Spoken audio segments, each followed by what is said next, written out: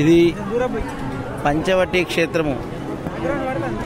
సీతారాములు వనవాసం వచ్చినప్పుడు స్నానమాడి ఇక్కడ కొన్ని రోజులు నివసించినటువంటి పుణ్య ప్రదేశము. దీన్ని రామగుండం అంటారు. రామగుండం అంటారు. సీతారామ లక్ష్మణుడు ఇక్కడ స్నానమాడినటువంటి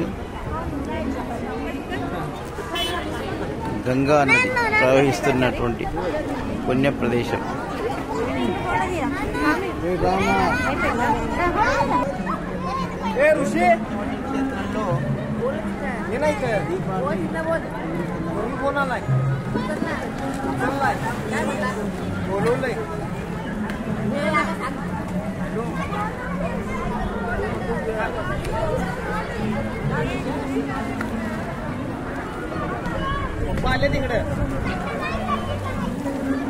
ఈ పక్కలే కపిలేశ్వర స్వామి ఆలయం ఉంది.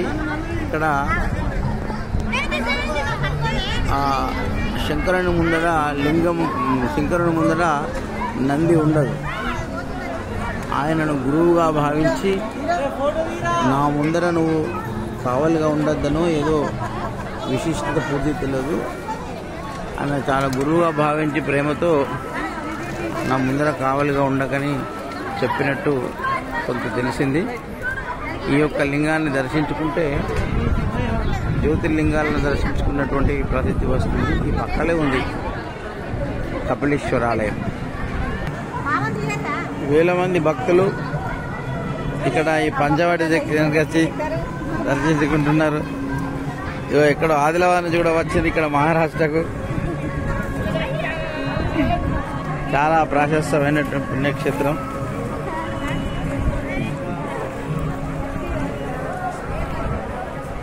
ఈ పంచవటి పుణ్యక్షేత్రంలో రామగుండం అనే ప్రదేశం నుంచి ఆదిలాబాద్ నుంచి కూడా భక్తులు అశేషంగా వచ్చారు, వేరే సంఖ్యలో.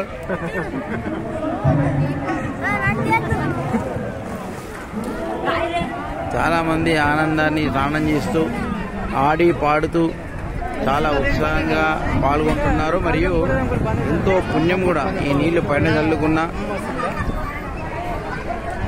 ప్రోక్షణ చేసుకున్నా, స్నానం చేసినా చాలా పుణ్యప్రదమైనటువంటి నీరు ఇది. గంగా ఇక్కడే నాసిక్లో, ఇక్కడ కొద్ది దూరంలో నాసిక్ అని ఉంటుంది. ఆ నాసిక్లో గంగ పుట్టింది. అక్కడ నుండి ఇక్కడికి చాలా స్వచ్ఛంగా వస్తుంది నీరు. ఇంత రాత్రి అయినా తేటగా కనిపిస్తుంది నీరు, చాలా ప్యూర్.